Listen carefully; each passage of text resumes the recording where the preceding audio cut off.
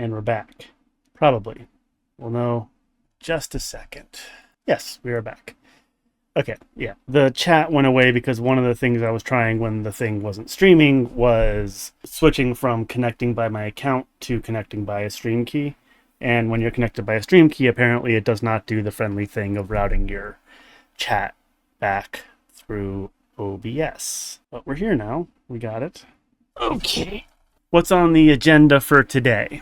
Well, it's so the plan here is to basically just give sort of like a work in progress update. I don't think we're quite in a position to do any like big types of announcements, but yeah, I mean it's worth an update because check it out.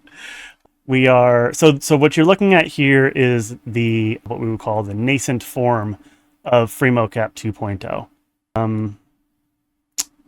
I am going to, yeah, let's do that. So let's see. Okay, let me talk for a little bit and then I'll do more fiddly bits. Yeah, so this is the nascent form of FreeMoCap 2.0. It is a bit, as they say, fucky. There's a lot of screwy bits with it. The workflows are relatively insane. There's just a lot of instability in the way that it handles some of the state stuff because you now have like cameras and this real-time pipeline and then the post-hoc pipelines, which are very familiar to the old version. But it does the thing. The thing does the thing. It's also worth noting that this particular view of like cameras very close to me while I'm sitting at a desk is very, very much not the optimal setting for motion capture. It'd be better to be like farther out. Can I do that? Even that's not super great, but it's it does the job. It's functional, and part of the functionality was like the goal for this stage of development was not to make a perfect tool, not even to make a tool that like anybody really other than me would ever use. The goal was to create all the functionalities that needed to exist and then expose them in some way so that you can control it in a reasonable way, even if the workflows are screwy.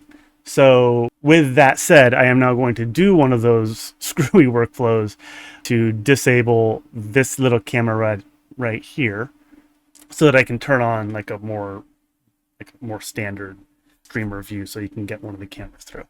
So this is camera 5. So we're going to turn you off and turn off all of the cameras.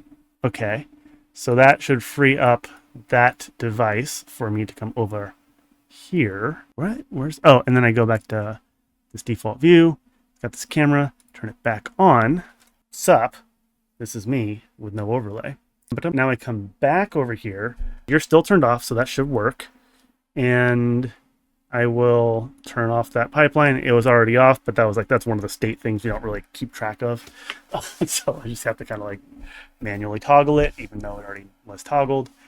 Now I could kick this, but I'm going to open the cameras first and then attach the pipeline second. We're blinking green and it should be fine. Oh, what's this problem again?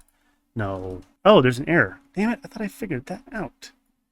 Okay, so shut the whole dang thing down. Cycle the server. Shut that off. Okay. Okay, server is... Oh, I'm already on this one. I should be on development. Check out. This is the same code, so that shouldn't affect anything. Update? No. Cancel. Hey. No robots here. Git pull. Now we're good. That's just the cleanup stuff that was on the other branch. So we're on the FreeMoCap development branch. We are going to turn on the server, run the server, the Python code, waiting around. There we go. Good job. Server code is running. And then we're going to pop open the front end, which is an Electron app with React code. Now, okay. So where it gets, okay, so this is where a little bit of memory comes in. Because there's so the way that we detect cameras, it goes through OpenCV. OpenCV's way of detecting cameras is limited in many, many ways. One of the many things that OpenCV's camera enumeration methods, wait, are we yeah, doesn't matter. Our camera detection method currently does not detect whether a camera is in use. So the fact that I am connected to this and trying to connect to this leads to some screwy unintended consequences. I will do this to clear the local memory. I will uncheck camera 5 because I just happen to know that's the one that it was that's in use. Then I'm going to hit this bad boy, and we're going to sit here and hope that we don't see any red. Red. It is red. Just, what did I say? What did I just say? Don't know why that happens. Shouldn't care. All right, let me try this again. Turn you off. Oh, deactivate, deactivate, deactivate. Okay. Deactivated. Okay. Redetect. Is the server running? Oh, server died. Right, server died because of the things I did. Okay, server's running again. Scorch the earth. Forget all the memories. Detect all the cameras. Turn you off. Connect to the cameras. No red. We hate no red. No red? No red! Okay. Something is still grabbing it. It's like something under the hood. Oh, maybe that's what it is? It's not even the camera. It is. Oh, that is the camera. That is the camera at once. That's the OBS camera. Yeah, at some point I might have to just make some consolidations. Alrighty, come on, buddy. Come on now. There you go. There's that. Did I change anything? So I disabled the webcam thing in OBS. Now we try to connect to this camera. That is a different. No, it's this one. Okay. All right. So now same thing. This is generally a problem. I think I know what I can do. Do I know what I can do? I guess I can turn you off. Like there's something in the background that doesn't release some kind of a resource related to the cameras, and the result is this. And one of the things that I'm going to talk about today, if we can get anything working at all, is that I, among other things, have now through someone in the server have a route to another method of detecting cameras that does respect whether or not the camera is in use, and does generally does a better job than OpenCV. It's the OpenPNP capture that Dom something or other in the server was talking about in the dev chat channel. And I have been working with that and making good progress. Not quite ready to like swap over yet, but someday this will not be as big of an issue as it currently is. This is like annoying because like this is one of the things I was testing out before I started the stream, and I thought I had a solution. The cameras are a pain, as we all know. Okay, server's running. Front end is gonna open. Okay, we're connected to this camera over here. I'm gonna turn it off. So if I turn you off, the green light should go out. Okay, I'll be back. But it doesn't go out. Why doesn't it? Sort of warms my heart a little bit that OBS is apparently no better at handling cameras. Oh, they're better at it than I am, but it's all like a lot of the same problems that I sort of encounter in my daily life over here are also present in OBS, despite it being a much more secure thing. God damn it! Okay, how do I fix that? Do I have a fix for that? I know it's something that just like happens. Wait, we're blinking. Why are we blinking? We still trying?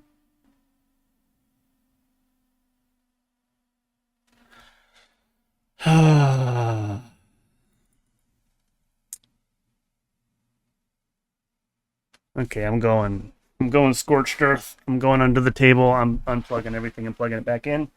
Try this again. How are we doing? Detect your cameras. Different names, right? Should be different names. Forget everybody. Forget everybody. Should get different IDs here. Oh, the server's not on. That makes sense. Do. Okay. Come on. Just blinking. No one's read yet. Okay, we're good. Sort of. We're good enough. Good enough for Twitch work, as they say. Okay, so I'm gonna call that good enough for now and say, we also accidentally unplugged our Ethernet while we were down there. So, okay, it apparently can handle that. All right, so I think we have a solution. It's good enough for the stream. I'm just not going to bother trying to OBS alongside this. It's okay. All right, there. Doink, doink. This is actually annoying. Like the rotating in place thing, I only have one direction, so I get kind of annoyed when I have to do it in the direction that's not the optimal one. Super easy to add it. I just haven't done that yet. And I have this also. This is a very good button. This is auto recommend exposure for all cameras. If you are in a system that can do that. Apparently Macs can't set the exposure in the cameras. I don't know. Okay, and now we're here.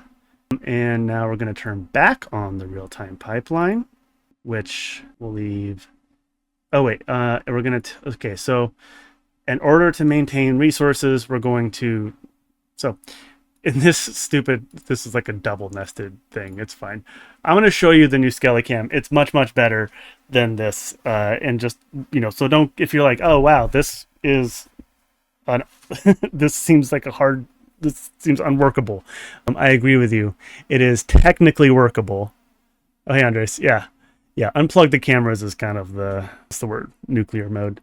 Yeah. It is technically workable. There are workflows that can lead to success, despite them being screwy and non-obvious.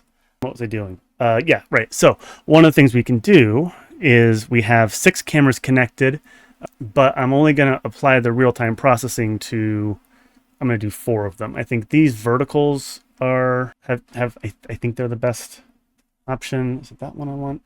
Actually, I'm going to do 0, 1, 2, and 4. So 0, 1, 2, turn off 3, turn off 5. I think I'm doing okay stats-wise. I have enough juice. Yeah, we're doing fine. I can handle this many cameras, or this many pipelines. Punch it. Doop doo, doop doo. Takes a second to turn on because it's slow. Everything is slow. It will be faster. It currently is slow. Why aren't we... Oh, because the calibration won't recognize the cameras because unplugging the cameras resets the ID. So the calibration no longer recognizes the cameras that are attached. Also forgets the real-time pipeline is running. So let's take this opportunity to calibrate. Oh, wait, did I bump the cameras? Or is it just, oh, I bet I know. I'll bet the calibration is working, but it's applying the wrong. It's not properly connecting the It's not sending the same camera to the right camera. It's doing something wrong there. Right, the order changed. Except these ones are -1. Oy. When in doubt, refresh the page. Yeah, and this one's not getting the numbers. I doubt you can see that coming through, but the indices are wrong. Ugh. Okay, so I'm going to have to start playing with this at some point, or more likely I'm going to get it running. I hope I'm going to get it running, and then I'll talk about what I actually intended to talk about today. Okay, so calibration. So, again, just to reiterate, this is not what I would call a streamlined workflow that I recommend for the world at large or for posterity. This is the workflow that exists, and I was sort of able to code up. The way this works, the way that this version of V2 works, which I might want to call alpha, but I didn't do any releases for it, so it's still technically pre-alpha, is there's the recording tab over here, or the recording panel, I guess. You set your ID, whatnot there. We do microphones these days, which is always fun. And then, so you choose the preset, calibration, auto process is checked on, and then it will use the settings in this sort of capture volume calibration, which is also the thing that you use to process pre-recorded videos. Again, this is confusing. I am the first to admit that. So we got that selected, we're good to go. And we don't click this, even though it feels like we should. Instead, we click this invisible button, which is identical to this icon, which is not active, but this one is. Again, don't stress, we're working on it. And I have ground plane selections on, so I'm starting out with the board nicely visible to at least 2 cameras. These 2 cameras can see it, but it's kind of blinky, which actually is potentially a problem because it's the way we do the initial Truco detection is not as robust as it could be. So sometimes the blinkies, I think, can cause the ground plane thing to fail. But that's okay. Also turn that back on, even though it's already been on. Don't worry about it. Calibration. Okay, go. So now we are going. We are recording. We are recording at full FPS, even though the real-time thing is slowing us down to 10 to 11 FPS. We show the board to the cameras, noting again that 2 of the cameras are not being processed. They will be a part of the post-hoc computation, but they're not a part of this. And then, oh, right, I always forget to do this. I'm going to turn off the real-time pipeline before I stop the recording. I may have broken this. Did I break it? Oh, no, we're good. Okay. Now I turn off the recording. Way longer than it needed to be. There we go. We got that. And then some little guy should pop up over here, giving us... How are we doing? We frozen? No, we're good. Yeah. I always forget that the real-time pipeline competes for resources with the post-hoc pipeline. Post-hoc after the fact pipelines. But the button to turn off the real-time pipeline actually hits an endpoint called shut down all pipelines. So if you don't remember to turn off the real-time pipeline before the post-hoc starts, you can't turn it off because it'll shut down the post-hoc pipeline. And then you have to re-trigger it from the recording, which is not the end of the world, but not ideal. Yeah, so you get this nice little, what's it called? Progress bar telling us that each of the cameras are processing their respective videos, or you know what I mean. And then once that's done, so once each camera has done its job of detecting its Truco boards, then the aggregator starts to work. I think I'm not going to spend too much time talking about the deep architectural stuff of like how the pipelines are set up behind the scenes, mostly because I want to make some progress to the whole guy.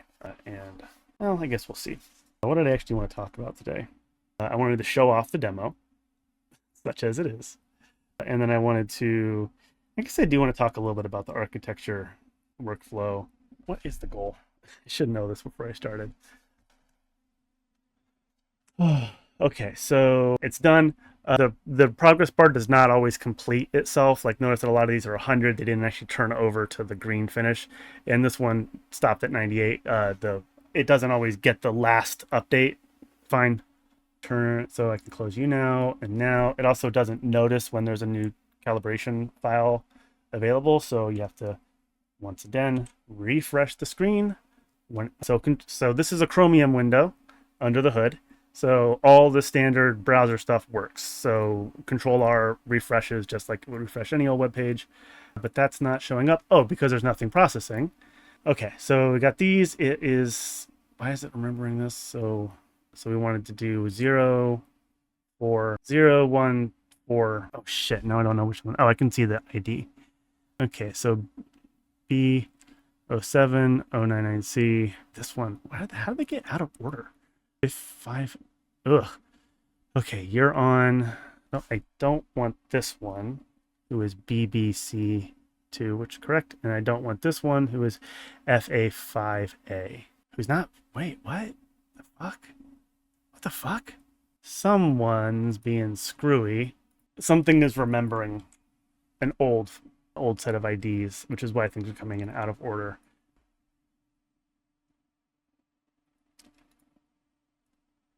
I don't know how that's going to affect the calibration. Anyways, okay, let's turn off BBC2, you know what I mean? And A5A, who's not here. Okay, let's do order of operations. 0832, 5994. Yeah, neither of these are represented here. That's weird and wrong. So, I don't know, I'm just going to turn this on. Anyways, V2, not quite ready for prime time. Variety of reasons, but good progress. Oh, now you're back. Now you've... Oh, I'm so confused right now. The dark is not surprising. The fact that it... Yeah, what the IDs don't match, and it doesn't make any sense. So, let's try this. Go away. I already know this whole stream is just going to be me, like, fiddling with this, trying to get it up and running. It does work, just not when people are watching. Okay, so we shut down the cameras. We're redetecting the cameras. So this is remembering something wrong. Control Shift R, capital refresh. We're gonna clear the logs. Do that. Okay, these are now the correct IDs. That calibration I don't think will work, but we can check. It's the same buttons anyways.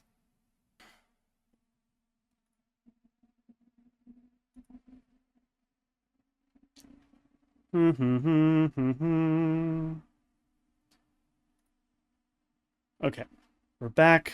Everybody's got an ID, everybody's got a number. I have no idea what that was, other than I am aware that the way I handle persistence is not good. So that's not shocking. Okay, so doink you over, doink you over. I'll make you go both. You go the long route because I haven't added the other direction yet. You also go the long route because I haven't added the other direction yet. Everybody reset your exposure. Now we're back. And let's calibrate again. Real-time pipeline. Turn off the skeleton just for fun. Turn that back on.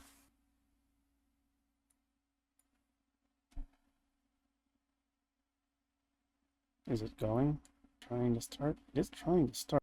Yeah, see, this is, it's complaining that it's not able to find the camera IDs that it wants in the calibration that it has. And someday we'll be able to do something to basically like have it kind of figure out which camera is which, because it should be able to do kind of like a mix and match to figure out like which camera IDs create viable reconstructions and which ones do not.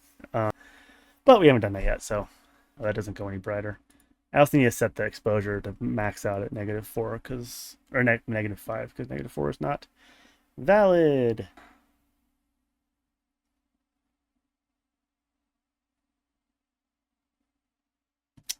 Okay, so that seems stable enough. And then capture volume calibration. Oh, what's it gonna do? I am gonna turn off the pipeline before we start. So yeah, so now we're nice, good, just good old-fashioned SkellyCam right now. Okay, and start. Give it a sec. Red boxes means record. And show everybody the Charuco board. Hello. Nice, quick calibration. Someday it'll be a nice little wizardy type of thing. Nice to be interactive. And now we punch it. We say go. The frame rate all looks good. We could open in playback. I guess yeah. While we're in here, let's look at the playback. Except it's not loading. Is it gonna load? I actually don't know. Yeah. Okay. There we go. Yeah. So the recording is not lockstep like it should be. It's also, I think, it like handles the videos kind of stupidly. So it's not ideal, but it does the job. And I think it also competes for resources on the back end, so it'll get better. Boop, boop, boop, boop, boop. Brutal. All right, so we're calibrating, processing, and just waiting to happen. So we should be good there.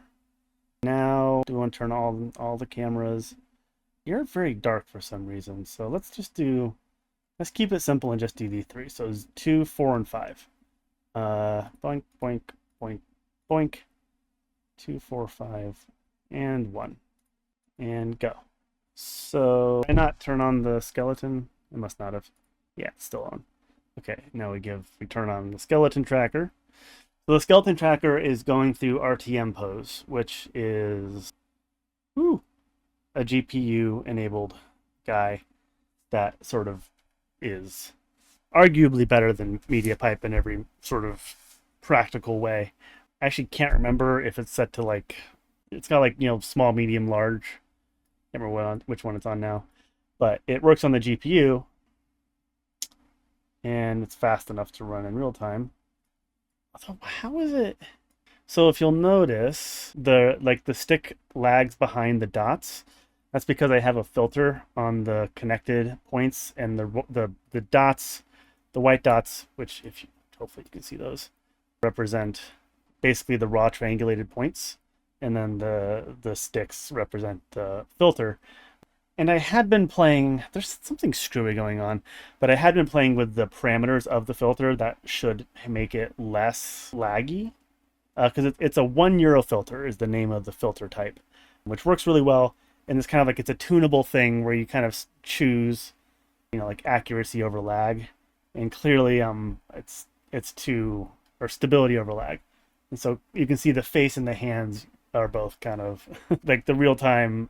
The raw like the filtered connected dots are like a couple of frames behind the raw. So that's a fixable thing. We'll get that. We'll get that later. Okay. So, anyway, so yeah, I don't know why this one's blinking too. It's something screwy. But yeah, so real time works. It's screwy. It's inefficient. It's slower than I want it to be, but it does work. And because it works, it can be made better. In addition to the real-time pipeline, which is, fun, but like arguably like kind of a toy relative to the post-hoc pipeline, which actually produces like the best quality data. Let me show you what that looks like. I've already shown you what the calibration process looks like. So yeah, again, just reiterating, like the quality of this track is not going to be super great for a lot of reasons. Mostly like I'm too close to the cameras. Like this is not, and you'll see like when my hands move outside of the screen, they don't reconstruct well because they're not being tracked well. So this is better with a farther view, but it's also like it about maxes out at like 10 FPS. I'm getting actually like 12 F. I'm getting a little better here, but no, I'm getting a little worse here. I think because of the work that we're doing, streaming and recording. But I have routes to speed this whole business up. And also there's a lot of routes to clean up the 3D output. This is very close to raw. It's not like the white dots are the raw triangulated points. The connected points is the filtered stuff, but none of it has any of the stuff. None of it has any like IK. That is coming, but it's sort of like it's like necessarily downstream of just this version of it. So that's why we're kind of like doing here. It's weird watching a lagged version of yourself. It's like, it's not how I move. Hey Jawa, how you doing? Welcome. Okay, so right, let's talk about the post-hoc pipeline. So architecturally, in FreeMoCap, in version 2, there's this very important concept now of a pipeline. The pipelines are the working parts of the code, and it's the part that sort of it's the part that connects to the SkellyCam camera groups, video groups, whatever sort of data source we're dealing with. And so SkellyCam, which I'm going to talk about at the end of this little demo here. SkellyCam's job mostly is to do CRUD operations on camera groups. CRUD operations are create, read, update, destroy. Sort of like classic server management stuff. And SkellyCam's job is mostly to do CRUD on camera groups. It also does detection, and will eventually do synchronization, but like main job is handle cameras. FreeMoCap's main job is to do CRUD operations on processing pipelines. There are two types of pipeline. There's the real-time pipeline that takes in the data as it comes and then does this kind of like real-time processing, the 2D detection and the 3D triangulation, and then the sort of cleaning up of the 3D stuff. I really don't like the laggy filter is bothering me. I think I am going to fix it. Okay. Where does that live? I do shift. I do real-time skeleton filter. I think this is not where it comes from. Go up here. These are the defaults. I go. This is one of those things where like the nature of the the kind of vibe codey approach we've been taking is that there's some duplication in some places. So we got to be mindful of cleaning that up. Create skeleton filter. Get that here. Filter config. There we go. That's where you come from. You come from here. Minimum cutoff. Raise this if the filter skeleton feels too floaty. It does feel too floaty. Lower, stay slower, less jitter, more lag. Yeah, I bumped this. I'm sure I bumped this. Bumped that. I bumped that too, but I don't have a good understanding of what these numbers are and how they correspond to anything important. Also, it is not settable from the UI yet, so I just go in here and have to do the hard codes, and then I can cycle that. Post processing with RTM pose would in fact be nice. Yeah, I'm going to talk about that in a second when I talk about the post-hoc pipeline stuff, because Aaron has solved the problem of post-process of like doing post-hoc reconstruction with RTM pose, but he did for his dissertation, just kind of, but he was not looking at the Blender pipeline. So the Blender output needs some work, but it's not that much work. It's just kind of like, dealing with the fact that it's got slightly different key points and key point names and stuff like that. All very solvable, but for the first pass, I wasn't going to stress on that, because it's like we need to make some decisions about how we want to handle that kind of config. Okay, here we are. We're back. What was I doing? Oh, I was restarting the pipeline with hopefully better filtering without that lag. Did I not commit that? That's better. Call it good. But yeah, so, right. Two types of pipeline. Real-time pipeline, post-hoc pipeline. Real-time pipeline connects to live cameras and then feeds the data, images out in singular multi-frame packets. So like the cameras they're synchronized at runtime. Unlike the version 1, which were recorded and then synchronized after the fact, like an unbelievable amount of effort was expended to get this version to produce runtime synchronized images. So you can pull them out of a shared memory, ring buffer, whole situation, synchronized. So you can say, here's the 6 cameras and here's the synchronized images from each one. So you can treat the camera group sort of like a single camera, like it produces images at a frame rate. So real-time pipeline handles that. And then there's the post-hoc pipelines. Post-hoc pipelines connect to video groups. A video group is a set of videos which have precisely the same number of frames, presumed to be synchronized frames, and in a very architecturally similar way that the real-time pipeline handles the incoming images from the cameras. The post-hoc pipelines do processing on the images from the videos and then feed them into an aggregator to do triangulation and stuff like that. The main difference for the post-hoc pipelines is that it's post-hoc. It's after the fact. It's after the recording. So that means that there's like different types of functionality. What's the word? Different functionalities, or you can do different computations on data if you have all the data available. So like Butterworth filter is a classic example. You can only do Butterworth filter if you have all the data sort of already in place. You can't do it for data that's coming in kind of frame by frame. So you can also, you're not constrained by time in the post-hoc lifestyle. So you can take whatever your tracking model is, you can turn the speed accuracy knob all the way over to accuracy to get better reconstructions. So in a little bit here, I'm going to just trigger one of those post-hoc pipelines. It will not produce super great results because of where the cameras are, but it will sort of run through the whole process. So again, currently the UX of this V2 UI is pretty much entirely runs through this sort of side panel over here. That was not like a UX decision, that was a development decision, where basically as I was writing the code, to get to this point, it was just kind of like, let me just put everything in these sort of collapsible trees on the left side here, just so I can be sure, like I can expose all the functionality that needs to exist before we make any decisions about the right way to kind of organize the UI to provide a nice, clean, sort of, easy to sort of intuit workflow for the standard use case. The SkellyCam, yeah, I've already said this.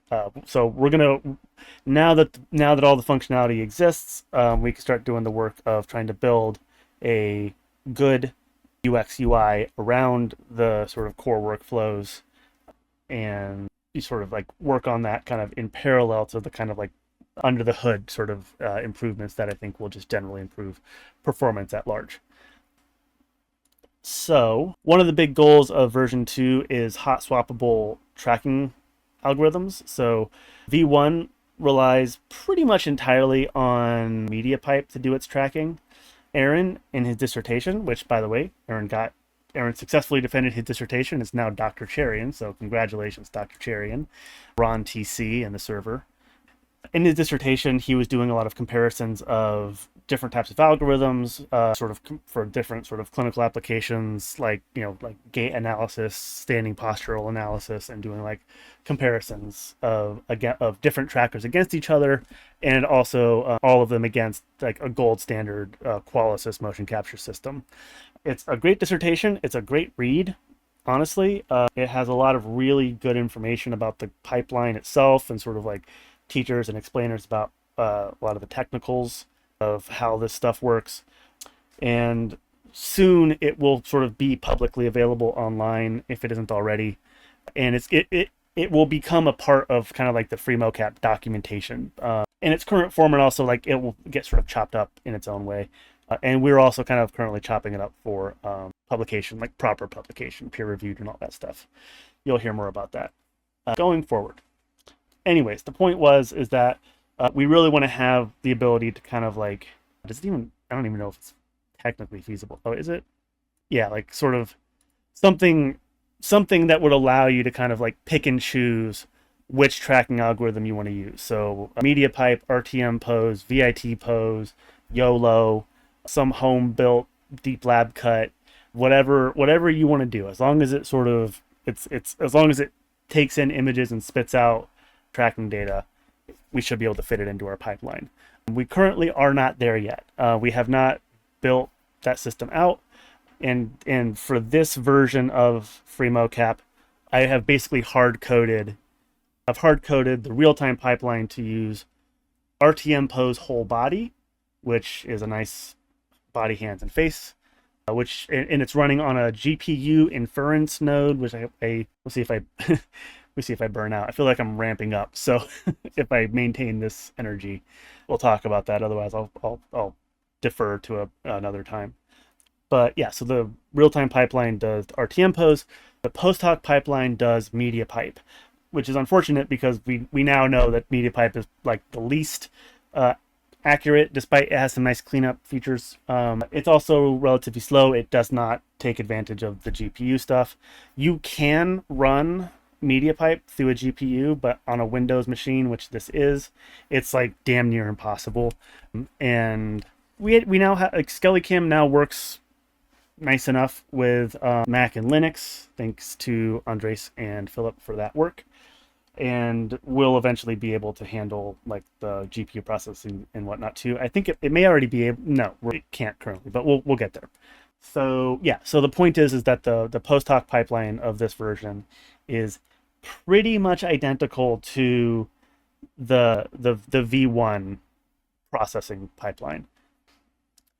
I think it's the code is different, but the actual functional aspects of it, like I'm pretty sure you'll get either identical or nearly identical results if you process something with this red button versus the processing button from the version 1.8. I do believe I have the outlier rejection tool toggled on under the hood. I actually think I did that for the real-time thing too, but I never actually confirmed that it was running, so who knows. Hey Spencer, thank you for popping in and looking at progress. What was I saying? Right, post-hoc. So yeah, I'm gonna run the post-hoc thing. I should absolutely turn off the real-time pipeline for that because it gets screwy. Probably the biggest technical bottleneck right now for version 2 is, there's a lot, but I think the thing that's kind of like it's not blocking, but it is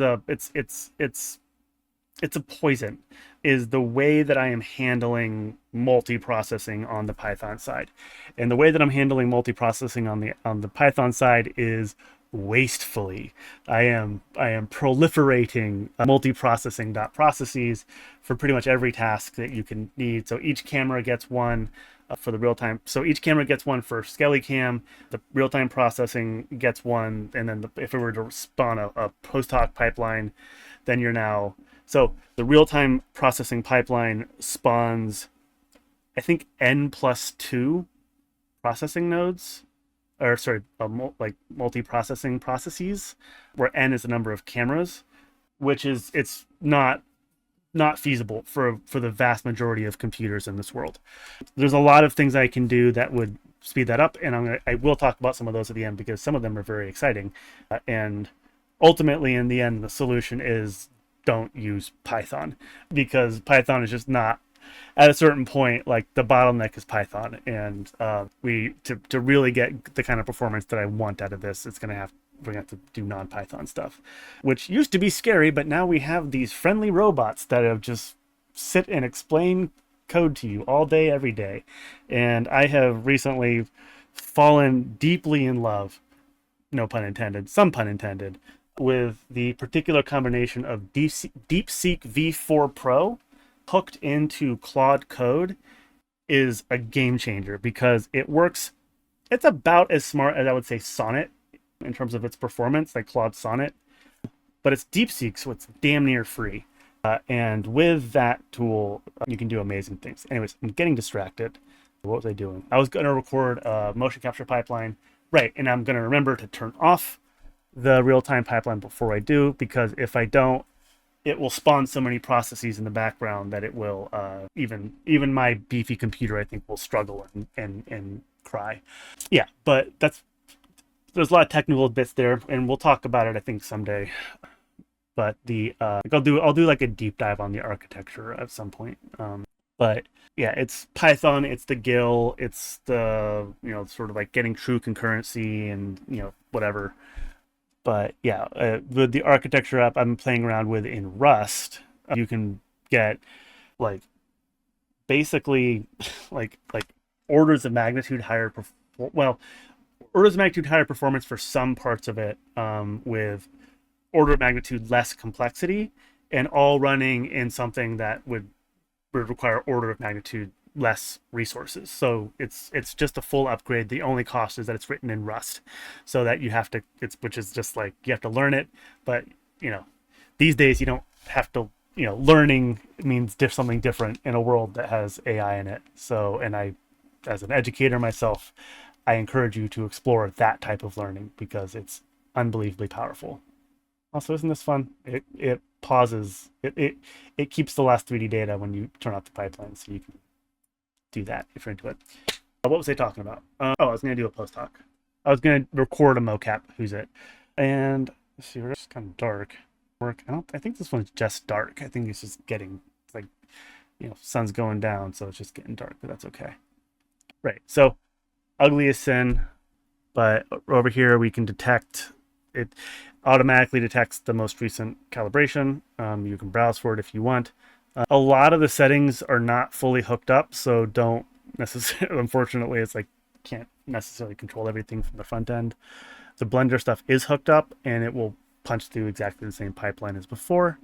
So, oh right, and again, confusingly, this is not the button you push to start the recording. You set the mocap preset. No, mocap, is it preset? Whatever, mocap type. Auto process, and then this invisible button here is what starts the recording. I'm going to do a quick recording. So go, red boxes says starts. Hello, this is me. Da da da.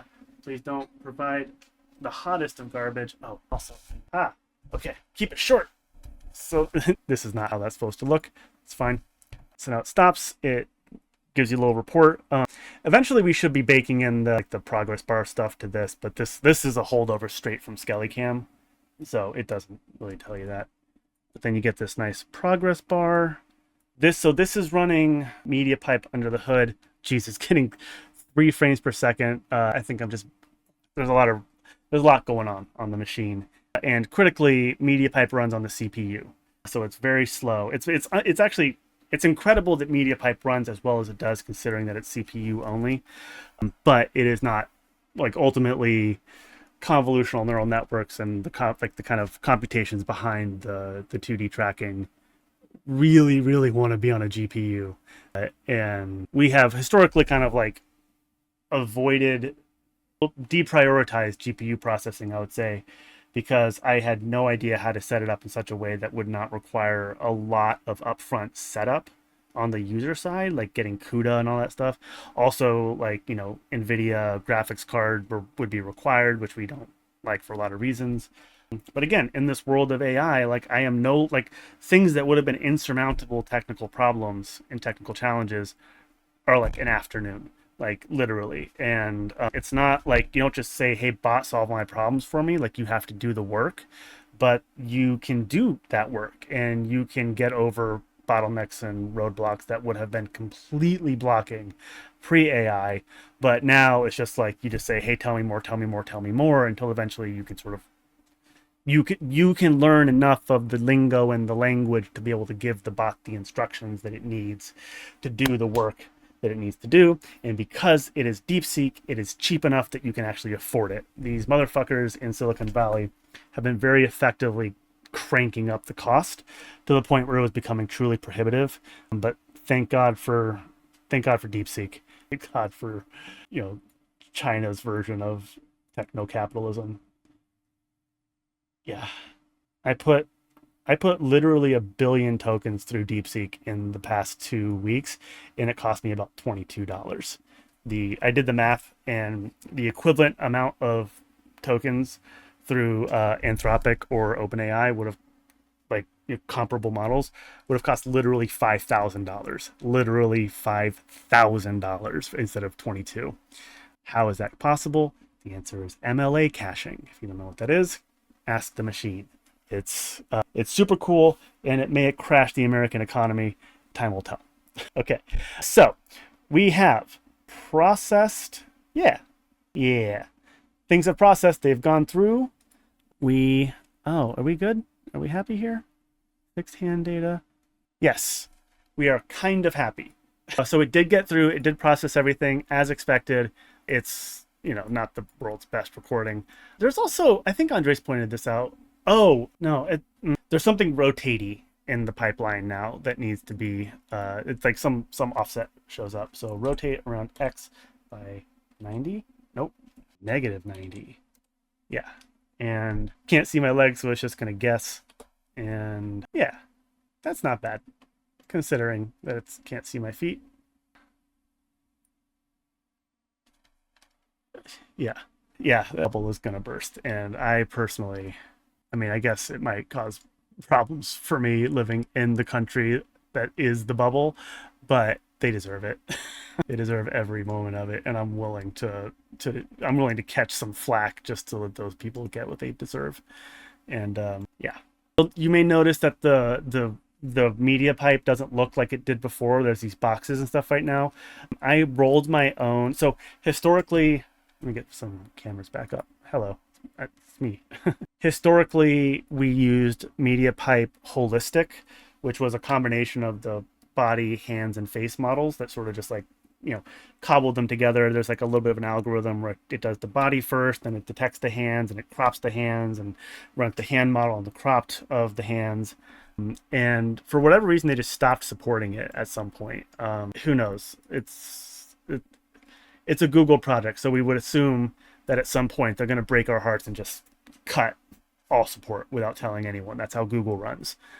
So we for a long time have been stuck on an old version of MediaPipe because we relied so heavily on the MediaPipe holistic pipeline, and the new versions just didn't have it. So we got stuck on some stuff, and there were some new things that we actually would want. So I rolled my own again, you know, sort of like, I feel like the term vibe coded, it's like we need like a different term than vibe coded, because there's a version of vibe coding where you're just like, send it like, hey machine, give me the thing, and you like don't really check the work. But then there's like the other version where you're literally doing the work. Like you're not writing the code, but it's like it's a much tighter loop. And I vibe coded this. I hard vibe coded pretty much goddamn everything here. and it works pretty well. It's a little screwy. I think the algorithm for figuring out the size of the boxes could use some work. I recently figured out that the MediaPipe strategy to do that is once you have a satisfying track, stop trying to fit the box. Just use the previous version. I'm trying to fit the box every loop. So yeah. Anyways, it does the job. It works. And yeah, I also realized that part of the reason why the skeleton is rotated weirdly is that I think that the way I shove the data through the Blender pipeline now does not respect the fact that the ground plane has already been aligned. So it's going to try to do the old school method of figuring out the ground from the feet. And because it cannot see my feet, it will not be successful in that endeavor. And so I get this sort of random offset. But luckily, the original sort of concession of making everything parented to this data entry makes that kind of fix relatively trivial. Yeah. So obviously, a lot of work to be done. AI intern. Yeah, AI. Yeah, it's AI intern assisted coding. Like, a bit of a mouthful. I think part of the reason why we like vibe coding is just kind of like it is a little self-deprecating, which kind of like. Oh yeah, right. You can zoom in on the picture. That was fun. Hey, zoom all the way in. This is where we learned how the actual quality of the image. Andres, this is why your eye tracker doesn't work that well. Is because it's working with this. Your eye tracker works great, but it's not ever going to be as accurate as a camera like this. Okay, where was I? But yeah, like you're saying, Spencer. I don't know, like it's at a certain point, it just kind of feels like it's just delegating and managing stuff. It's like I have an idea to write code, I describe it to some other mind, biological or otherwise. It runs off, does something on the basis of what it thought I intended, and then it produces the results. I critique the results, and then we cycle through. So iterating with a person versus iterating with a robot. It's mostly just the robot's super fast. It's just a new abstraction layer. But this abstraction layer speaks English, which is really powerful. English from every other language. Yeah, so Spencer. Yeah. Do we support moving cameras? The answer is yes, kind of. Andres has kind of already built, AJC has already kind of built some sort of versions of that. So the SkellyCam, should I talk about SkellyCam now?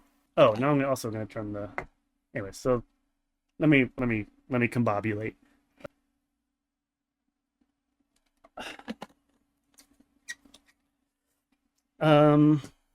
Get to you in a second. So the Blender pipeline works. It's a little screwy. It does the job. It's roughly, I would expect it to be at roughly the same performance as V1, with the possible exception of the fact that home rolled MediaPipe holistic may not be as good as the official one, but I don't really have, I don't know. Nice thing about Aaron's dissertation is that it is extensible. It is sort of very explicitly extensible, so that we should be able to basically slot new trackers into his assessment, his evaluation pipelines, to say, like, we'll be able to tell you, like, with high precision of accuracy whether or not my home rolled holistic model is more or less accurate than the official one, at least for certain, like, full body tasks.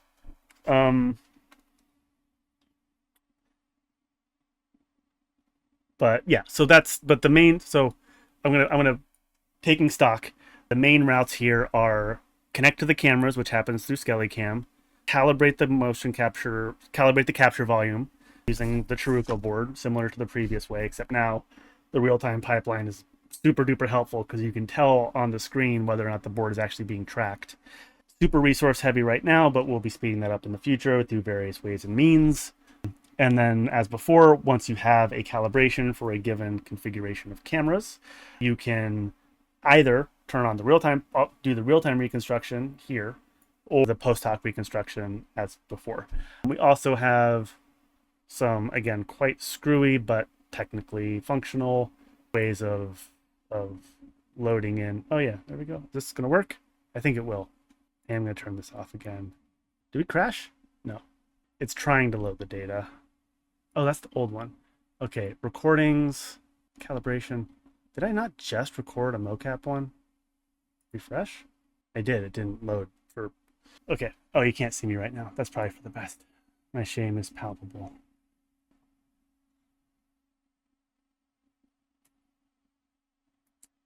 This is also, again, quite... this isn't working. I'm not super shocked by that. There is a playback tab that looks roughly like the real-time tab, but playing back. But it's screwy. It's very screwy, and I haven't really put too much energy into that side of it just yet. Hey. Oh, right, and then every time I do that, I have to refresh because it loses the 3JS context. Y'all, this may shock you. It's complicated. This dang thing is complicated, but we're getting there. But yeah, so AJ got you in the chat, but you may notice that there are these little hex codes all over the place, and notably this guy right here, which you almost, well, maybe you can read it. It says camera group ID equals blah blah blah blah blah, pipeline ID equals blah blah blah blah blah. So both in the real time and in the post-hoc case, currently there's only one kind of camera, and the camera that the one kind of camera is the motion capture cameras. They operate, they're fixed in the world, they're calibrated relative to each other, they're fixed frame rates, whatever they are, and they do triangulation, they do reconstruction, they do all of this. I very deliberately designed the SkellyCam method of handling the cameras so that there is this concept of a camera group. And like I said, SkellyCam's job is to do CRUD operations on camera groups, create, read, update, destroy. It just so happens that right now it only can handle one, but it is designed to be able to handle multiple. So both in the real-time case and in the sort of just straight recording case, the goal is that in the future you should be able to define multiple camera groups, or so you could have the mocap cameras, you could also have a face camera, you could have multiple face cameras, you could have eye trackers, you could have a drone or something, I don't know. And these things all should be able to be recorded. They could have different frame rates, so that you might have like super fast eye cameras or a face camera that runs at a frame rate that's different from the motion capture cameras, but you should still be able to push record and get recordings from each of them that are kind of like time sliced, like they refer to the same time slice even if the frame rates don't quite fit. And so that way you should be able to either record from those things live or pull in videos recorded from a different source, and then do like the hard sync methods for cameras within a camera group, but then kind of like what we might call like a soft sync method for cameras from different camera groups, where they're clipped, so they start and stop at the same kind of real world time slice, but they don't necessarily have the same frame rate type of thing. So that idea is basically like we do not currently have like face camera tracking or eye camera tracking pipelines set up, but it's built in a way that we should be able to support that in the future when we get to it. There's three possible worlds where we fix that. One is we just kind of get to it for however we get to it. Two is somebody else does it. Three is someone pays us to do it. There's a lot of things on the priority list that may never make it to the top of that list on their own. But if a paying client ever comes along and says, hey, we really want eye tracking and face tracking and stuff like that, buddy, you can change my priority queue very easily. It's not rocket surgery. But yeah, so we're working on it. So, okay. So I'm running a little bit low on Steam. I'm streaming, it says an hour and 16, but I cut it multiple times and there was like a long process to get it started. So let me think about where to go from here. We're happy with, so we got the real time. Yeah, long story short, progress. I might even be willing to call this alpha. Yeah, I actually am willing to call this kind of alpha 0.0. I just have to do the actual building process to get in there. The integration of GPU-based processing complicates things for a lot of reasons, both because it's kind of part of the FreeMoCap Foundation mission of accessibility, that no matter what no matter how much we like the GPU stuff, we always must maintain a CPU only option that works well enough. I don't know whether we will ever be able to have a real-time pipeline that runs on the CPU that's like worth doing, but we may. It's possible. I definitely think that like the 2D tracking, I think we'll get there. I don't know. We'll see. But the like the V1 route of just like record with the cameras and process after the fact, and it takes as long as it takes, that has to be maintained throughout. The other challenge is that because the project now depends on GPU stuff, the application, like the built application, gets really, really big. Like it becomes like a gigabytes thing. So there's a lot of ways around that, but I think ultimately we want to do some kind of like composable pipeline. So, you know, we detect what your computer can handle. We have some recommendations about what you should do. If you have a CPU, we can give you, if you have a GPU, we give you a GPU version. If you don't have a GPU, you can download a much, much smaller CPU only version. Currently it's set up using CUDA, so it only works for NVIDIA GPUs, but it's not that hard to set up other routes that would support AMD GPUs. Apple's weird approach to GPU should be able to handle that. But yeah, we'll get there. Yeah, Move AI. Move AI's new thing, bless their hearts. Philips find that they kind of have apparently abandoned their consumer grade stuff is interesting, and they're going the high end route, which is again, interesting choice. Luck to them. All I gotta say, y'all, all I gotta say is whatever you build, better be good. Better be good, because ours is free. It's free and it's only gonna get better. Okay, so I think I'm gonna call this here. Not the whole stream, but I'm just going to call this little demo here because I do want to talk about SkellyCam. I'm not going to talk about the work I was doing in SkellyTracker, although it is interesting. It's basically a lot of stuff in service of like the GPU, non-GPU, and the hot swappable model stuff. So if you're curious about that, just go check out like the recent commits that have been going on SkellyTracker's development branch. In particular, the composite GPU tracker is an interesting one. And someday I'll do a deep dive about the architecture of the process of both the post-hoc and real-time processing pipelines, but I don't want to do it right now. I'm tired. So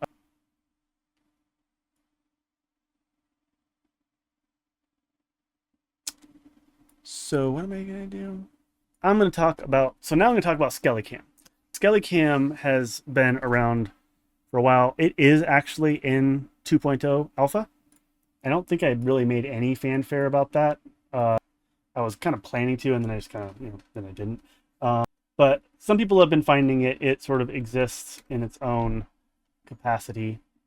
I'm going to show it to you a little bit, but I'm also, if you're interested in SkellyCam. So for those of you who don't know, FreeMoCap it has the FreeMoCap core repo, which is github.com/freemocap/freemocap. That's this, what you're looking at. And then there's all of the sub-Skelly repos that sort of handle the actual functionality of it. So SkellyCam does cameras, SkellyTracker does the tracking, SkellyForge does like reconstructing into the skeleton, and then what will soon be called SkellyBlender does the actual Blender output, the Blender add-on. So SkellyCam has always kind of had this it's always, the development has always started in SkellyCam and then moved to FreeMoCap because it's all about the cameras. Like the cameras, the tracking and the GPU, that's nothing compared to the cameras. The cameras are the hard part. So figuring out how to connect to the cameras and deal with the cameras has always been kind of like the core task. So we built SkellyCam first, and then FreeMoCap kind of just becomes a more complex version of SkellyCam. So I got SkellyCam working, got this whole pipeline together. I'm gonna turn you off. Bye. And then I'm gonna go back to here, and then I'm gonna turn this back on. Now we're just a regular old stream, like a regular person. Hello. See? Look at me. Regular guy. Where were we? SkellyCam. SkellyCam. Okay, so if you're curious about SkellyCam, the best place to go is, well, you can go to the repo, or you could go to docs.freemocap.org/ and get this kind of, again, relatively vibe-coded website. We got all these docs, got some pretty extensive documentation.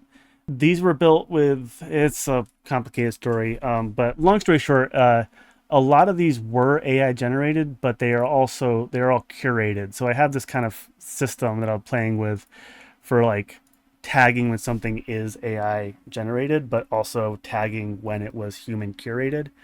We still need to clean it up, but it's kind of like, it's like I'm not going to say that we're not going to use AI for docs, because fuck yeah, we're going to use AI for docs.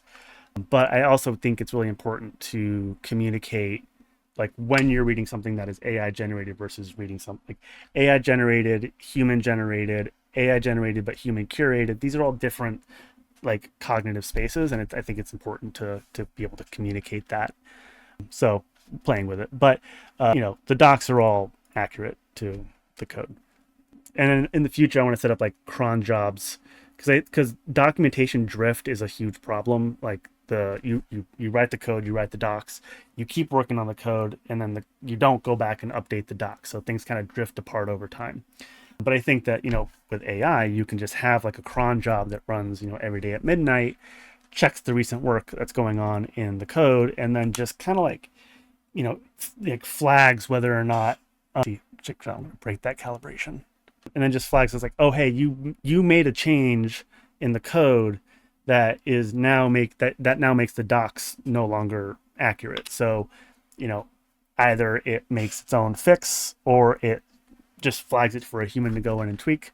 But that's something I think that could be automated and could sort of like deload the developers from having to like do both things. And then it's all just a matter about loading stuff. But yeah, the docs are all accurate to reality, I believe. This doesn't exist, but it will someday. And then you can download a compiled binary, not compiled binary, like an actual proper installer. This pulls from the GitHub releases. Oh, pre-release. I should probably make this the full release. Yeah. So these get built automatically with a GitHub action, and then the download folder. It detects your computer and sort of suggests which one you want. You can run, this is the full installer that installs both the UI and the server, and then this is the backend server. So if you just want to run the cameras, technically you should be able to run the camera servers on one computer and then connect with the UI from a different computer, because all the communications between the server and the client and the front end client happen through the network card. So it's all HTTP requests and WebSocket streaming. So in my life, it's always running through localhost, but theoretically, you could do that from different computers. So if you wanted to do that, you would split them apart that way, but whatever. And then there's the roadmap here, which sort of pulls tagged issues from GitHub, and this is, it's neat. So actually I can, so if you were to download and install SkellyCam, what version am I on here? Does it tell me? I'm still on the old one. I guess the updater doesn't work. Let me see if I can, I don't know, running out of juice. I need to use my juice, what's the word, efficiently. Whatever, it's still fine. Oh wait, what is, oh, I think 5 has the Linux and Mac fixes in it, so I think it's fine.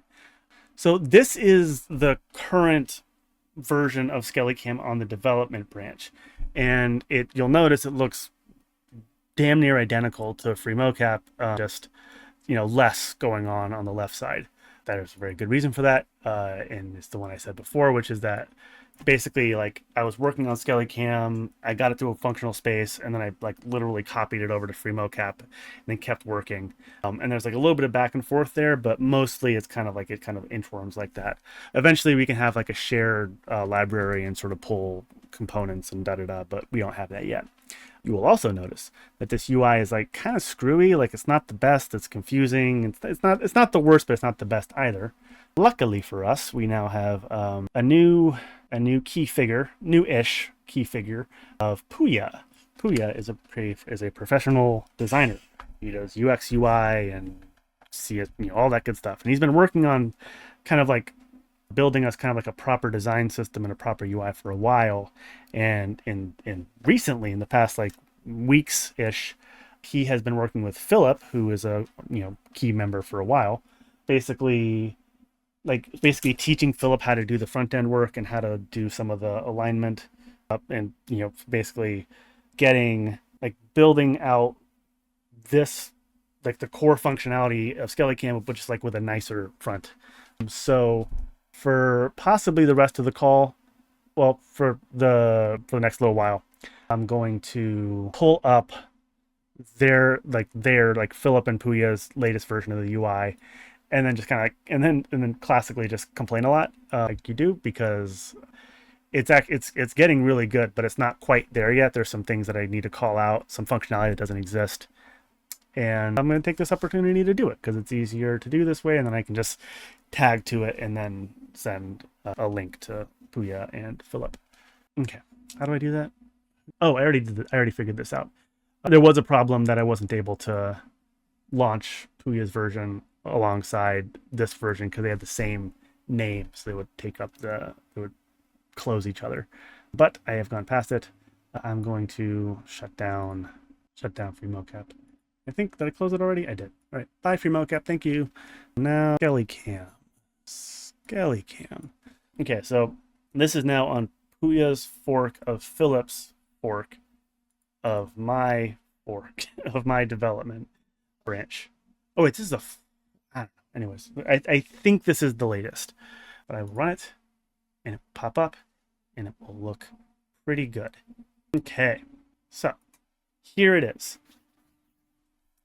It's largely, wait, is it alongside? Yes, we have both. Great. So it's similar in many ways. It has the same sort of resizable panels. It's got the sort of the main view and then the sidebar and then sort of like this bottom panel with the logs and stuff like that. But there's a lot of cleanup here that looks nice.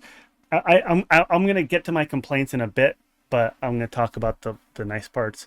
The best part about this version of the UI is how the code looks.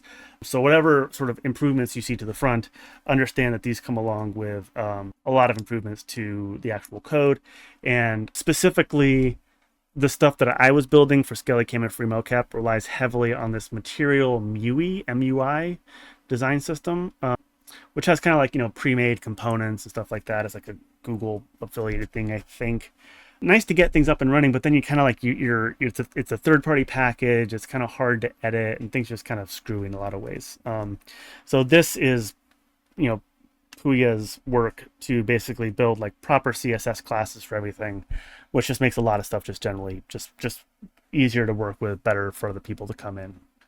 And yeah, so there's a lot of, this is, you know, it's work in progress. We're getting there, but ultimately I think it's got better bones, as they say. So, and you know, again, in kind of like the similar strategy we've used before, Philip and Puya have started their work on the SkellyCam side, so that once we kind of have some agreement and some alignment on what SkellyCam looks like, then we can go back to the drawing board, as they say, and sort of like figure out how we want to handle the oh wait, that's not right. Why is that happening? Can't open FreeMoCap apparently. That's fine. But as you saw, FreeMoCap necessarily is more complex than SkellyCam because it's got all the configuration and controls that you need to actually do the real-time pipeline and the post-hoc reconstruction and stuff like that. So SkellyCam is, from a technical perspective, like it is the most complex part of the whole application, but it is necessarily simpler because it's a sub piece of the whole thing. So okay, so with that said, I am now going to complain a lot. That is, I'm going to do what we call, maybe this is QA. I don't know if this is QA or if this is just me complaining, but I'm just going to basically list out a bunch of stuff. I'm going to start in the upper left and I'm going to work my way down and just like name everything that you know, isn't quite what I think it should be, and you know, then we can take that with relevant grains of salt and then work from there. So one of the main concepts or conceptual shifts here is that a lot of the stuff that I was doing is kind of this like nested tree system, which it's good for developing because it's kind of like, you know, in the end everything is like a JavaScript, like a JSON under the hood, so it's like hierarchical in nature, so this works well. But it's confusing for the brain, and you kind of have this like, things get like bigger and bigger, especially once you get into like the larger configs of FreeMoCap. It just gets really prohibitive. So this version, it's much more reliant on kind of like modals. So modals that kind of pop out, like click away modals, modal MODAL, which I think, the idea of like it's like sort of forces you to think about what you're setting when you're setting it, which has a lot of advantages in a lot of ways. It has also some disadvantages, and kind of like we do need a place for all of the complexity eventually. Like we have to expose a lot of control systems to the user, but we have to do in such a way that's not overwhelming, and we have to do with kind of the classic kind of progressive disclosure of like, thinking about like the true noobs first time clicking on the app. We don't want to just blast them with a bunch of information that's extraneous. We want to give them the nice friendly introduction to the application. So with that said, yes, and now we start getting into like UX and stuff like that, and kind of like the central tension of FreeMoCap of trying to build this tool that is both friendly and accessible to anybody with any background, any technical background, and technical training, while also being this like professional grade sort of scientific research software that you would want to use as a funded research scientist. Those two things are in conflict with each other, and so that tension is kind of what decides a lot of the design decisions. So I talked to Aaron about this. Aaron's going to talk to, Aaron has a lot of opinions. I think Aaron has a kind of a design mind. And so he's going to be very, I think, instrumental to doing some of the UX planning that's going to come out of this. But I'm going to give my pass here. I think that, so the first thing to say about this UI is I think it's the first pass. Like if you imagine this as like, an undergraduate or a high school student or something pops it open for the first time, somebody without technical background, I think that they would still be confused here. I think that it's not super obvious what the first thing to do is. Capture with a lightning bolt is not, first of all, it breaks when I do that. But it's just, it needs to be like, for better, how do I do this? Do I do this? I do that. That's wrong, but that's fine. Okay. Oh, how do you do that? Come on. Is it you? Is it someone? Oh, I know why. Oh, because they both have to have that? Yeah, okay. They're competing for the same back end, if you know what I mean. Stop. Okay. Don't auto launch. This, a lot of stuff is broken down here. Say what you want about this, but like it's obvious kind of that when you start here, it's obvious that it's about cameras. That's not obvious from this homepage. There's a whole conversation about should it be a homepage, should it be a splash screen. I am going to be team home tab, because on the FreeMoCap side, I want to make it scrollable and have kind of like secondary information scroll down on the homepage. Basically, I think I want the homepage to have the same kind of top part, but then once you scroll down, kind of have something very similar to this page, like this kind of like simple stuff, show what the Chirruco board, give this Aaron's cheat sheet, kind of have that be there, and have that kind of be hidden as like a scrollable place on the home screen. So again, part of that sort of core philosophy of like accessibility and education and self-teaching autogogical tools and stuff like that is that, we want to set it up that, the first time you open it, it's, what to do, you click the buttons, you can get it working. But over time, as you use it, you should like anti-paradox of the active user. The more you use it, the more you understand it, and kind of like doing a bunch of work to try to make that the case. I don't think that this is obvious from the start what you should do. And I think that there are some pretty small and subtle things you could do that would make it more obvious.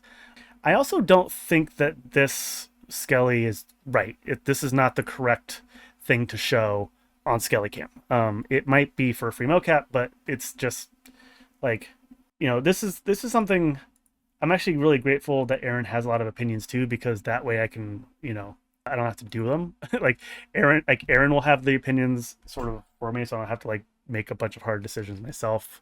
I think we're literally at a place where it can start to become more of a conversation, both amongst the core developers and also just like with the community at large. But I think that like having the cartoony logo and something like this, I prefer it to the 3D skeleton. For SkellyCam in particular, the 3D skeleton is just not, it's just a category error. Like SkellyCam doesn't do 3D skeletons. So I do like that he's kind of like, he's a cool guy. He's kind of pointing at the calls to action, but I just think it could be a little, I don't think it's right. I could be convinced, but I don't think it's right at the moment. Also, yeah, the capture, like, so first of all, like the fact that it goes invisible when you hover is not correct, but that's fine. And just, I don't think the lightning, I think it must be a picture of a camera. Like lightning bolts are not a part of our standard iconography, like the sparkle is. So I think we can handle something there. It's fine. So there is, oh God. Oh, sorry, my brain's gonna melt out of my head. Historically, I die at 2 hours in, so we're 18 minutes from there. So we'll find out. Yeah, so, another thing about the SkellyCam app here is there's kind of two ways to think about the design.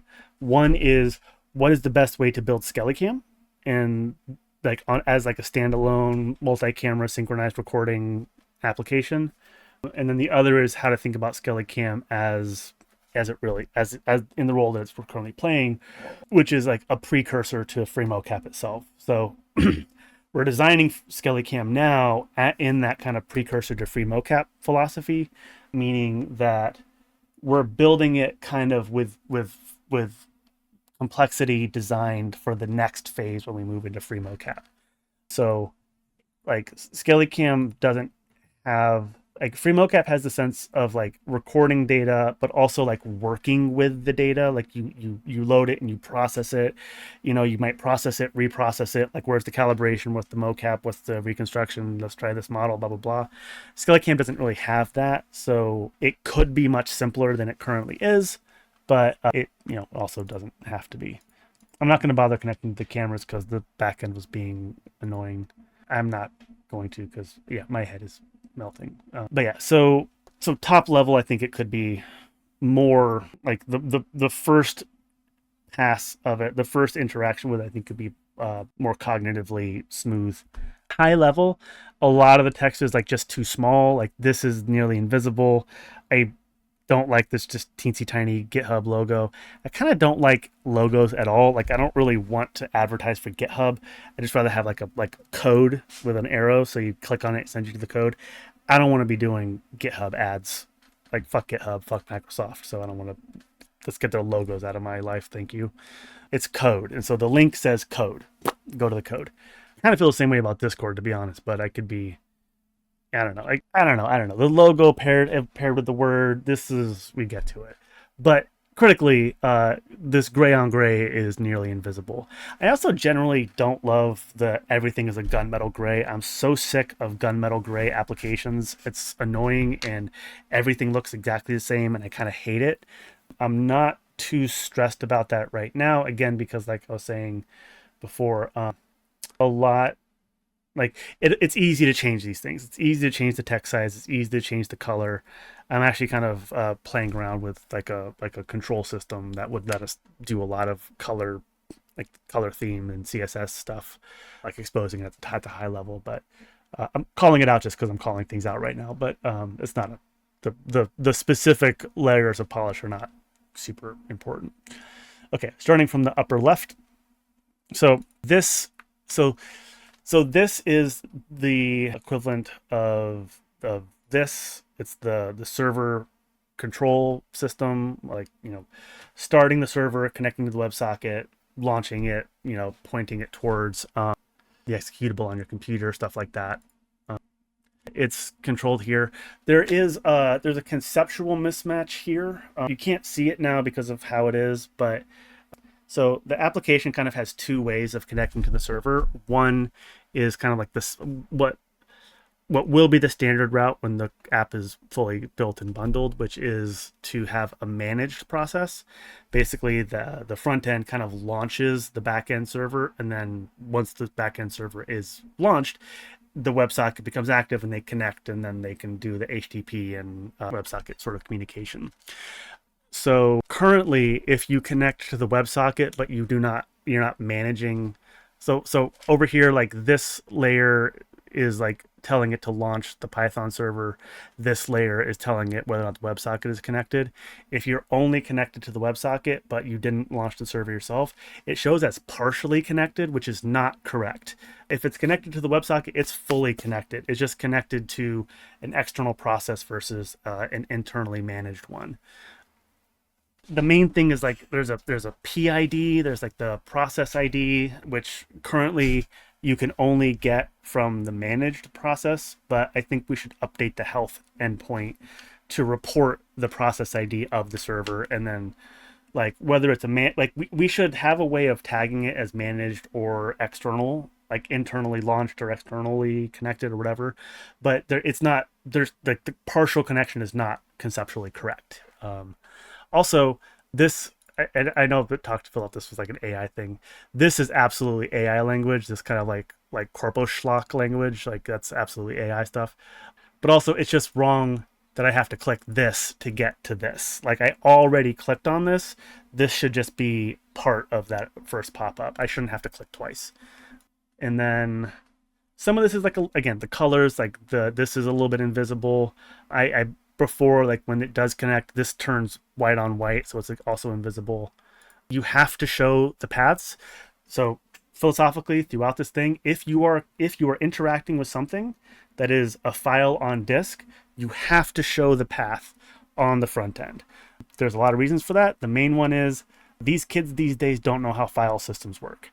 It is endemic, like college age kids, they don't understand files and folders. Like even high level college kids like are confused by that because they have been built, they live in this kind of world of like polished apps that have like that the corpos try to hide how their stuff works because they want it to look like magic.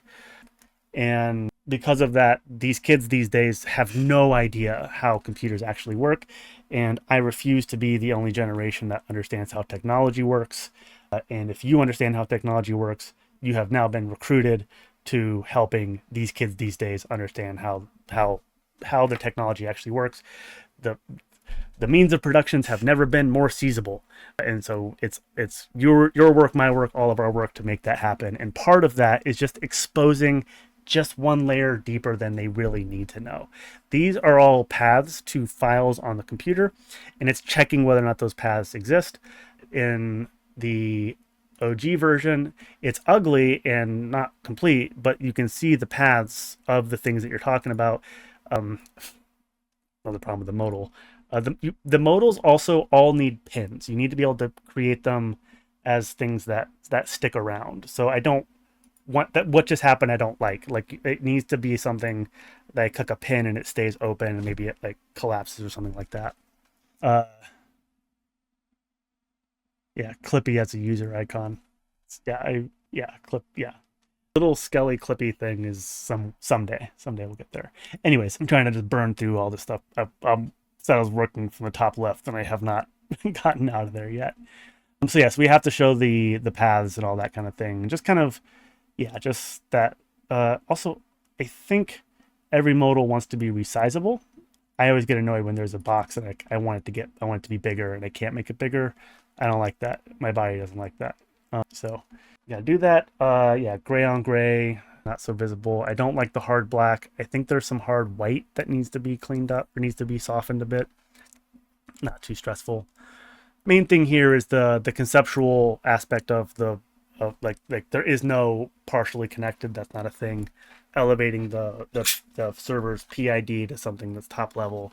A lot of that's kind of, you know, the layers between the pure front end, like the front of the front end, the back of the front end, the front of the back end, the back of the back end. Like there's all these layers of complexity, and some of these things cut across. So we'll have to kind of talk about that.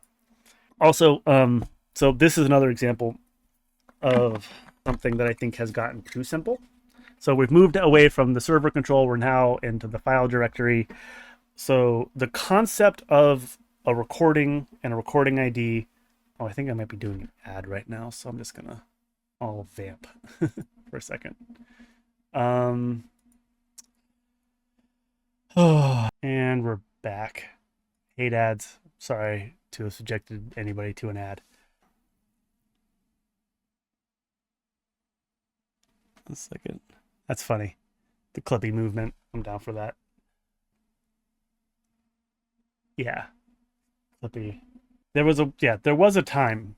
There was a time when they wanted when technology was trying to teach you how it works, and that time has long passed. And now, everybody that makes the tools you rely on for your daily life, they hate you, and it is your job to hate them too. So that's how we live. Okay, so this recording thing, it's first of all, generally, I think there's a way to make this happen, where the cutoff, I think you can make the cutoff happen like it either needs to be at the front or in the middle, because the right side is the most important part. And the main thing here is like, so with the modals, if you're going to have these pop out modals, then the popped in version has to be more informative. Like you have to have the summary version of the selections here. So with recordings, this is the kind of thing that is like, it's less important for SkellyCam, but it will be absolutely critical for FreeMoCap. The idea of the recording name is that's kind of like the name of the recording folder is like the recording ID. It's the thing that things kind of like, it's the identifier for that recording as a whole. So it kind of needs to it wants to be like elevated a little bit over here versus just being a path. Again, for SkellyCam, it's kind of fine for it to just be a path, but in FreeMoCap, we want that to be there. Also, there's a lot of these like, like is there a delay? Are we, this is actually endemic. Like these are part of the name, but I think we just want to have a little more there. And minimally, when we're closing it like this, I don't want to see this. I would rather see this. Again, just sort of I'm just complaining. I don't have solutions. I just have complaints right now. This is okay. I like the collapsey thing. Again, it is relatively invisible, but that's not the worst thing. We got microphones. This is kind of fine. So again, just conceptually, stream cameras, not the right thought, not the right description there. It really is connect to cameras, because the action is that we're here on the front end and we need to send a request to the server saying connect to the cameras and then start streaming us the data. Stream cameras, it's the directionality is wrong. It's kind of like it's implying that we own the cameras on the front end and we're streaming them, but that's not the request. The button is saying I want to connect to the cameras so that they can stream through. Again, like it's minor, but it's but it's there. Also, I can't remember what it turns to when they're connected, but I didn't like that either.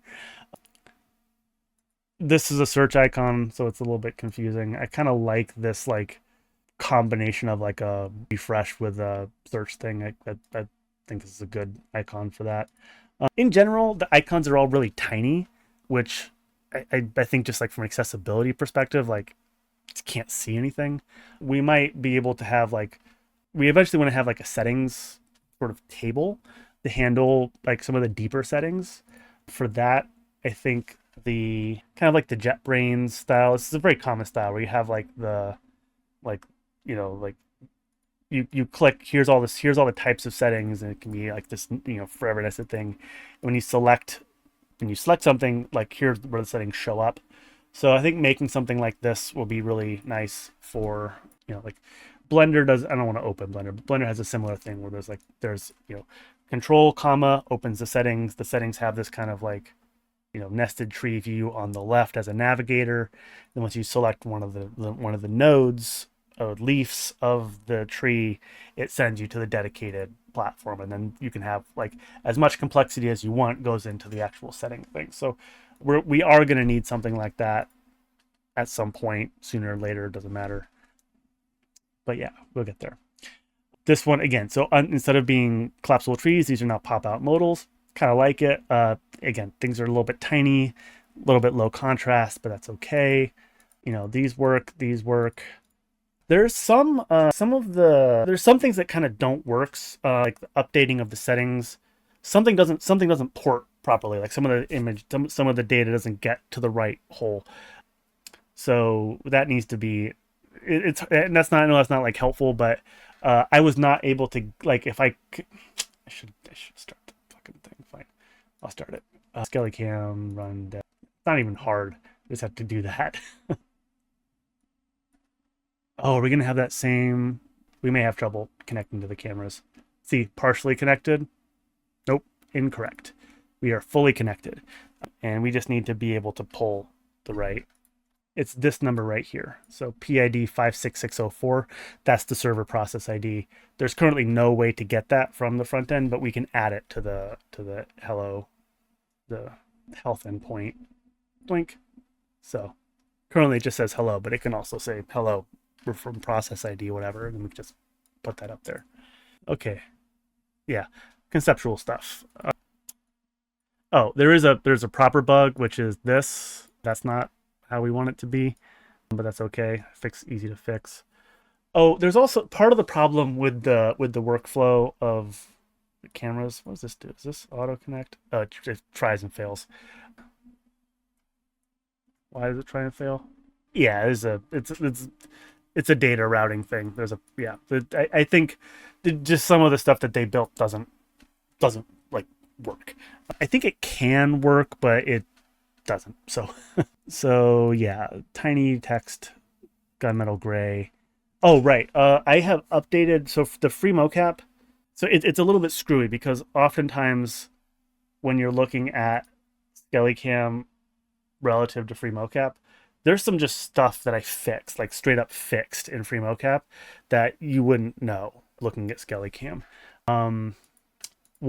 So this is one, like when you click on one of these logs, it's supposed to expand to show more of the information. And I think that was just broken in SkellyCam and I just didn't notice, and then I fixed it elsewhere.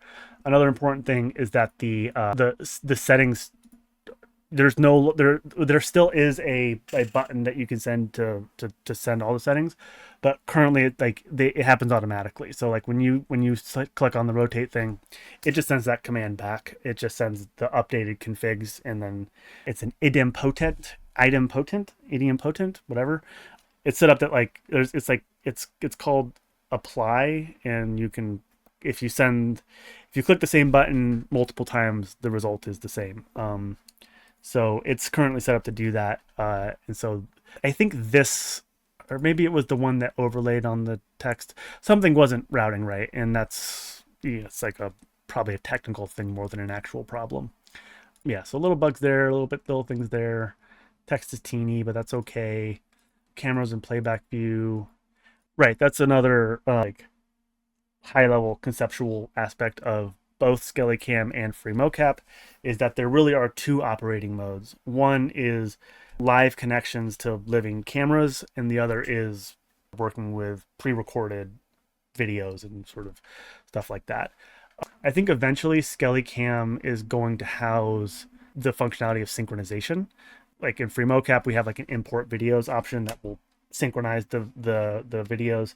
It's a little bit screwy, but it works pretty reliably, and I think it would make sense to kind of add the synchronization functionality to SkellyCam, or it might want to live in like FreeMoCap proper anyways. But the idea of like, like the cameras, well, actually I think I was naming, it does say cameras here. On FreeMoCap side, I think I replaced the word cameras with streaming to represent live connection, and then playback is for pre-recorded stuff. Again, it's like, I think it probably makes sense to finish this version of the UI for SkellyCam, but we may also just decide that like SkellyCam is like good enough, and we can start doing the actual like work of the designing and planning of like FreeMoCap proper. I know Aaron had a lot of ideas for FreeMoCap proper that I think he wanted to like design up, and we can talk around that. Some of this is kind of like, it's like, I don't love how this works, but it works the way I made it, so I can't really complain about that side of it. Some of this, you can't. There are a lot of, again, AI generated translations in many different languages. We need to update them because some of them are not like anything that you didn't anything that you changed but didn't update the translation files has to get updated. That's another thing that the bot loves to do. And so we will do that eventually. This is just a bug. It's back showing up behind. It's popping behind the thing. Okay, I think that's all my complaints. Or it's enough to move on. And of course, in classic form, despite having sit here and complaining for 30 plus minutes or so, I do really like it. I think it's really, I think it's great. I think it's better than the thing I made. I think it will be everything that it needs to be, and I look forward to working. I guess it's like, oh, it's not quite what it wants to be. Like in FreeMoCap, I set it up that like when you, like, you know, when it gets past this minimum size, it like shows a summary of what is the metrics and whatnot, and the here in the what was the header. But we'll sort of get to that as we get to it. And yeah, I think that's enough of a brain dump, I think, to be hopefully useful. Where were we? What else do I want to talk about? I think that's all I want to talk about today. I think I'm done with my stream. There is more work that I could talk about. I have been doing stuff. I'll just point you towards it. On the development try-tory branch, there are two things which should be discussed.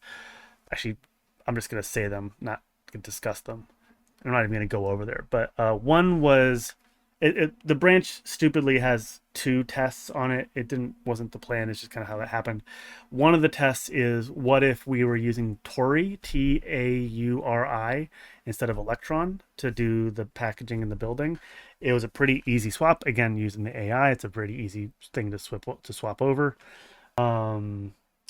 It kind of works. I think the playback wasn't working, but the playback kind of never works, so that's not too shocking. I think it's a little bit up in the air whether or not we should be using Electron, which is like by far the more dominant tool, or should we be using Tauri, which is, I think, like the up and comer that has many advantages. We could get much smaller installations, but when FreeMoCap has GPU stuff, it's going to be big no matter what. I think Philip taught me about Tauri a couple of years ago. I think at that point it was a little premature, but I think at this point they got, like, Tauri 2 is out. It seems pretty solid. It might be worth doing, but who knows.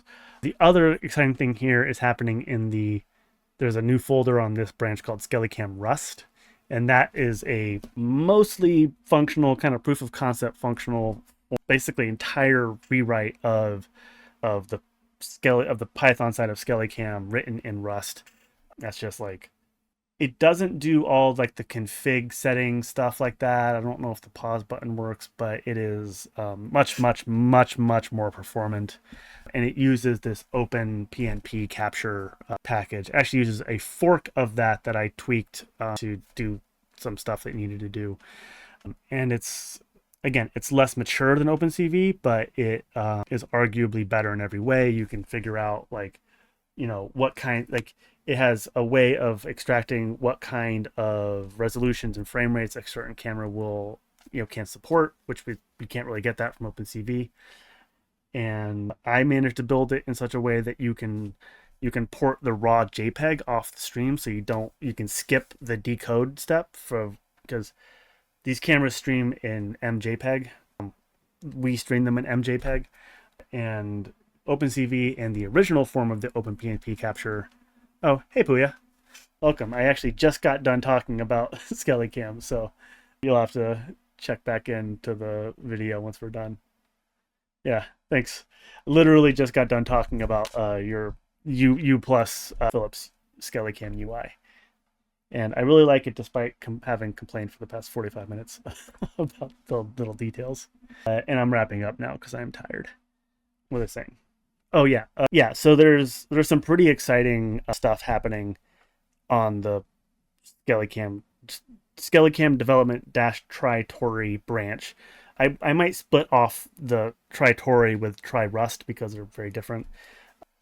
But yeah, it's Dom something or another from the server who pointed me toward. He posted in the dev chat channel, like, actually a pretty lengthy run through of his experience using OpenPNP capture to connect to cameras and the niceness of what's going on there. It's C code, so again, 2 years ago I would have really balked at having to compile C code. Now I just ask the machine how to do it, and it does it. It's still a pain, but it works. And then the Rust architecture is pretty cool and like potentially extremely high performance relative to the Python OpenCV versions. Like theoretically, we could handle like 250 FPS cameras if we really needed to, just because of a lot of it. Like it's built in such a way that you can kind of skip a lot of the work that we're currently forced to do in the camera loop of like decoding the JPEGs into a bitmap, and you can just port the hot like JPEG strings out of the hot camera loop and then decode them later if you want to, which means that the work per frame in the code goes from being like an unavoidable like 10 to 20 milliseconds of compute to do the conversion to something that's like a single mem copy of JPEG bytes, which happens in like literally nanoseconds, because it's compiled Rust. It's compiled Rust code running compiled C code instead of Python. So you first of all, you could skip like over half of the complexity of SkellyCam because you no longer have the GIL, you no longer have to spawn multiprocesses, you no longer have to do all the crazy nonsense that we were doing. And it's like, and then it was the Rust code I then wrapped in a pi oxide who's it, and I wrapped in a pi oxide who's it, so that you can run the Rust camera backend from the existing Fast API architecture using this pi oxide wrapper that just calls the Rust code under the hood. It would be it's like a relatively long path, I think, from here to a place where I would actually want to do that swap, because it's like, yeah, like the little fiddly bits of like updating the settings in a loop and stuff like that, and like the logs are important, and that's a fair amount of work that would need to be done before it could actually stand in for the current work of SkellyCam. But it's also nicely like there's just a little flag you can use for which camera backend you want to use. So I'm going to keep filling with it. We'll see. Eventually, that's what we will do. And earlier when I was talking about the real-time pipeline and the sort of the unbelievable cacophony of Python multi-processes that we used to do that, I think if we sort of extended, like continued with the thing that I was starting over here of like building these like now that we know the architecture for Python and now that the Python architecture exists, building like compiled forms of those pipelines is a way that we could get to like a much higher level of performance versus what we could ever get with Python.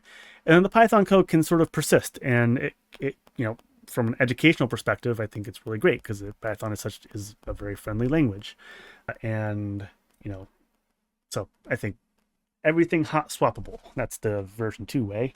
And then DeepSeek v4 in Claude Code is just such a powerful combination of a pretty smart LLM and a really solid like agentic harness with an API that's like damn near free. So you can get a lot of work done with those things together. Also in a code base which is already pretty like, it's already split up, it's already clear, it's like high, it's like good code, so that the machine can churn through it pretty effectively. So these are the things that will be coming down the pipe in the future. Okay, my brain is gonna explode. I am tired beyond reason, and I think I'm good. So thanks for showing up, Puya. Thanks for showing up at the end. Sorry for, this is one of those things like I could have given more prior notice, but that's effort, so I didn't do it, and because I was already tired. I will take this and I'll probably just do like I'll wait. I'll do a little bit of cleanup of some of the unnecessary parts, and I have like a little AI tool I built to do some like auto chopping up and like the bookmarks and stuff like that, so you don't have to watch the whole thing to know which parts are relevant to you. And I'll post that in the server or something when it exists. I really should have something set up that does it automatically, like the socials and stuff like that should webhook in, but one thing at a time. Okay, there's us. Now I'm gonna go and I'm gonna throw you into somebody else's server. I'm going to throw you into CodeMiko because I actually don't even know what she talks about on her streams, but I know that she does real time. It's probably still IMU, MoCap, but sort of someday it will be FreeMoCap. How do I do this again?